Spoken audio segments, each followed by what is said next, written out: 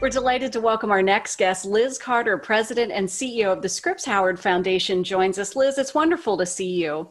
It's so great to be here, Jessica. Thank you. It's our pleasure. It's an incredible time. The campaign returns this year, If You Give a Child a Book. And this is a campaign that is critically important in these times and very important to the Scripps Howard Foundation. It is. We really believe that, people across the country can make really good decisions for their own lives if they have good information. That's what journalism, that's what the news is all about. But if you can't read, a lot of that information is just not available to you. It's out of your reach. And you need to learn that in the first few years. That's the point of this campaign. Literacy, childhood literacy especially, begins early. I was reading that can be impacted as early as third grade as a benchmark for future educational success. So starting early is key. And with so many disruptions that we've had in the last several months, it's more important than ever to provide that access to children. It really is. I mean, you summed it up. If you think about by the time a kid's in third grade, they're maybe 10 years old. All the way up until that time, they're learning how to read. After that, they use their reading to learn. So if they haven't learned those skills by the time they're 10 years old, they begin to fall behind.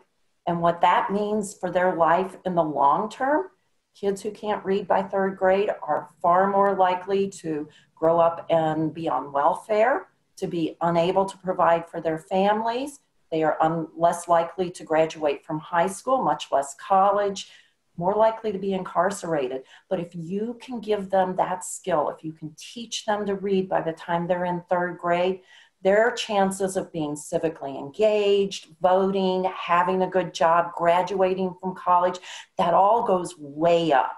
So if you really think about the difference you can make in those first 10 years, it's just really unbelievable. So important.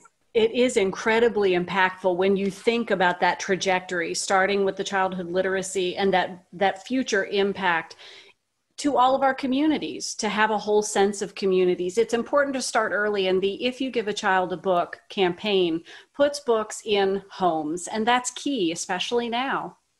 It's amazing to me. When we first started this, I thought, well, how important are books really? But as an indicator of success in reading, it's one of the top things that a kid needs. It's actually more of an indicator if a child is going to learn to read than whether their parents are literate. So, for the cost of 10 or 12 books a year, we can give kids that key that'll carry them through the rest of their lives. The Scripps Foundation is our parent company, so we will share that. Of course, there are stations across the country that are Scripps affiliates. These stations are working in tandem to make sure that this happens, and Scripps want to ensure that those children have access to books. How is that happening? Well, typically we go into the schools and we have a book fair where the kids can just pick the books for themselves, no charge. And I will just tell you, Jessica, those kids, they steal your heart. They are so sweet and adorable and thrilled to be able to have those books and be able to keep them.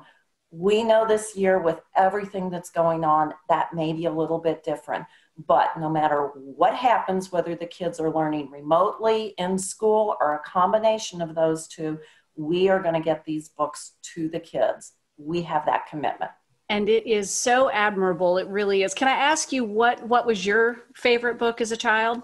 Oh, well, absolutely. It's the best book ever written, which is The Ugly Duckling. So I just remember learning to read and sitting on my grandma's kitchen floor and reading that book and feeling so proud of myself that I could read. And, I love the message. I love the message for the kids that we deal with who are low-income kids and have tough lives. And that message that no matter what your life is as you start out, you can grow up to be the beautiful swan. It can happen for you.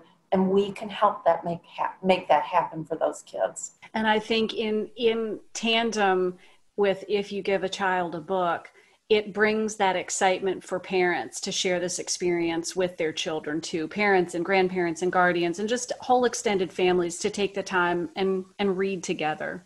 Oh my gosh, it is so important. And I mean, anybody that's a parent knows that wonderful feeling at the end of the day, whatever the day has been like, of sharing that book before bedtime. And, you know, I always think that, yes, it's the gift of reading, but it's also the gift of that beautiful moment that parents and kids can have together. Beautifully said. Liz Carter, thank you so much for making time. Well, thank you so very much to you and to the folks there at the station and the viewers, and we can't wait to give these books to kids. I know, and we want to encourage everyone watching today that if they're able to participate in If You Give a Child a Book, it will make a big impact. What's the best way to do that, Liz? The simplest way is just to go right to station website, and there'll be a link there, and you can go online and make your gift that way. And, you know, very simple, very short. Within 2 minutes, you can give a kid a gift that'll last a lifetime. Absolutely. Liz, thank you so much. We really appreciate it. Thank you. Take care. Absolutely. And the link is active now, so you can visit WTVR.com to find that direct link. And the campaign is active now if you give a child a book.